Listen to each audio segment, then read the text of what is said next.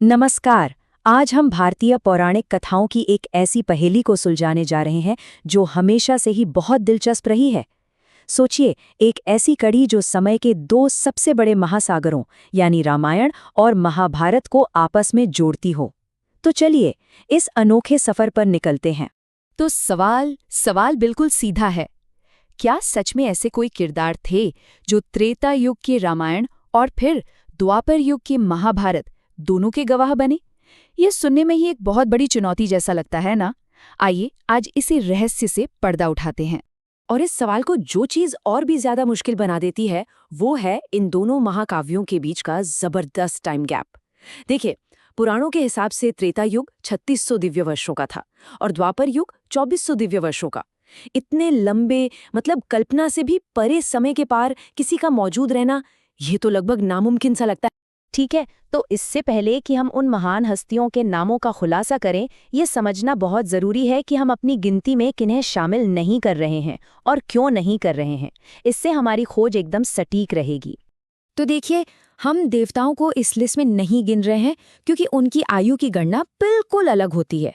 ठीक वैसे ही सप्त चिरंजीवी यानी वो 7 अमर प्राणी और मनु एवं सप्तर्षि भी इस गिनती से बाहर हैं। क्यों? क्योंकि उन्हें तो कल्प के अंत तक जीवित रहने का वरदान मिला हुआ है। हम तो उन खास किरदारों को ढूंढ रहे हैं जिनका दोनों युगों में होना एक असाधारण, एक एक्स्ट्रॉर्डिनरी बात है। तो अब समय आ गया है उन अद्भुत पात्रों से मिलने का, जिन्होंने समय की सीमाओं को भी लांघ दिया और इतिहास के 2 सबसे बड़े अध्यायों को अपनी आंखों से देखा। चलिए उन 9 महान हस्तियों की कहानी शुरू करते हैं। हमारी लिस्ट में सबसे पहला नाम है भगवान परशुराम का। त्रेता युग के एक बहुत ही तेजस्वी और शक्तिशाली व्यक्तित्व, और कहते हैं कि भविष्य में वे ही भगवान कल्कि के गुरु भी बनेंगे। अब देखिए, यहाँ जो बात सबसे दिलचस्प है वो है उनकी भूमिका का बदलना। रामायण में वे सीता स्वयंवर में शिव धनुष टूटने पर क्रोधित होकर आते हैं और श्री राम के पराक्रम को चुनौती देते हैं। और फिर महाभारत में देखिए, वे भीष्म के गुरु भी हैं और उनसे युद्ध भी करते हैं। और तो और श्री कृष्ण को उनका दिव्य सुदर्शन चक्र भी वहीं सौंपते हैं।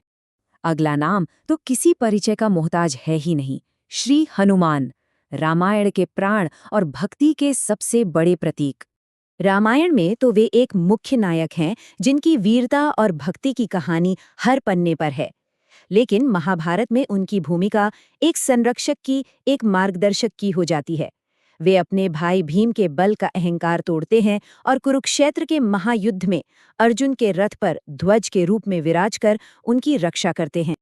अब बात करते हैं देवों के राजा इंद्र तक को हराने वाले भगवान विष्णु के वाहन पक्षीराज गरुड़ की। देखिए, रामायण में वे एक रक्षक की तरह आते हैं और श्री राम और लक्ष्मण को मेघनाद के जानलेवा नागपाश से मुक्त कराते हैं। वहीं द्वापर युग में एक किस्सा आता है जब उनका सामना हनुमान जी से होता है और अपनी शक्ति के अभिमान के वजह से उन्हें विनम्र होना पड़ता है। हमारी सूची में अगला नाम है धर्म और न्याय के रास्ते पर चलने वाले रावण के भाई विभीषण का। रामायण में वे युद्ध के एक बहुत ही सक्रिय और अहम किरदार हैं, जो धर्म के लिए अपने ही परिवार के खिलाफ खड़े हो जाते हैं। और महाभारत में उनका जिक्र तब आता है जब सहदेव अपने राजसूय यज्ञ के लिए दक्षिण विजय पर निकलते हैं। तब वे लंका के राजा के रूप में विभीषण से मिलकर उनका आशीर्वाद लेते हैं। अब मिलते हैं रीछों के प्राचीन और बहुत ही ज्ञानी राजा जाम्बवंत से। त्रेता युग में वे श्रीराम के अनुभवी सलाहकार और महान योद्धा थे, लेकिन द्वापर युग में उनकी कहानी एक ऐसा मोड़ लेती है जिसकी किसी ने कल्पना भी नहीं की होगी। वे स्यमंतक मणि के लिए भगवान कृष्ण से युद्ध करते हैं और जब उन्हें एहसास होता है कि कृष्ण ही नारायण अवतार हैं, तो वो मणि के साथ अपनी बेटी जाम्बवंती का विवाह भी उनसे कर देते हैं। अब बात करते हैं महर्षि लोमश की, जिन्हें एक वरदान के कारण इतनी लंबी आयु मिली थी कि वो एक श्राप जैसी लगने लगी थी। वे तो जैसे समय के एक मूक गवाह हैं। रामायण में जहाँ वे राजा दशरथ को सलाह देते हैं, वहीं महाभारत में वे वनवास के दौरान पांडवों को तीर्थ यात्रा का महत्व समझाते हैं और अंत में बाणों की शैया पर लेटे भीष्म पितामल से भी मिलने जाते हैं। हमारी लिस्ट में अगला नाम है अपने भयंकर क्रोध और कठोर श्रापों के लिए मशहूर महर्षि दुर्वासा का। उनकी मौजूदगी हमेशा किसी न किसी बड़ी घटना का संकेत होती थी, रामायण में श्री राम से उनकी भेंट का जिक्र मिलता है, और महाभारत का तो वो मशहूर किस्सा है ही, जब वे दुर्योधन के कहने पर वनवास में पांडवों की परीक्षा लेने पहुंच जाते हैं, जहां द्रौपदी की लाज बचाने के लिए खुद श्री कृष्ण को आना पड़ता है। अब एक ऐसे असुर राजा की बात करते हैं जो भगवान शिव का बहुत बड़ा भक्त था, बाणासुर।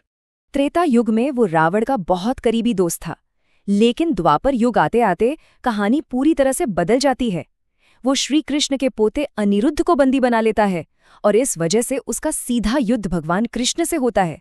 और हमारी लिस्ट का 9वां और आखिरी नाम है असुरों के महान आर्किटेक्ट और शिल्पकार मैदानव। ये एक बहुत ही जबरदस्त उदाहरण है कि समय के साथ भूमिकाएं कैसे बदलती हैं। रामायण में वे रावण के ससुर थे, यानी विरोधी खेमे से जुड़े थे, लेकिन महाभारत में जब अर्जुन खांडव वन दहन के समय उनकी जान बचाते हैं तो वे पांडवों के लिए इंद्रप्रस्थ में उस अद्भुत माया सभा का निर्माण करते हैं, जो आगे चलकर महाभारत युद्ध की एक बड़ी वजह बनती है। तो कुल मिलाकर ये हैं वो 9 महान हस्तियां, 9 ऐसे किरदार जो समय की धारा के पार गए और इतिहास के 2 सबसे बड़े महाकाव्यों का हिस्सा बने। ये सिर्फ एक नंबर नहीं है, बल्कि अपने आप में एक पूरी कहानी है। और ये सारी बातें हमें एक गहरे सवाल पर लाकर छोड़ देती है। इन सभी किरदारों का दोनों युगों में होना क्या सिर्फ एक संयोग है, या फिर ये हमें धर्म, कर्म और ब्रह्मांडीय उद्देश्य की एक लगातार चलने वाली कहानी की तरफ इशारा करता है?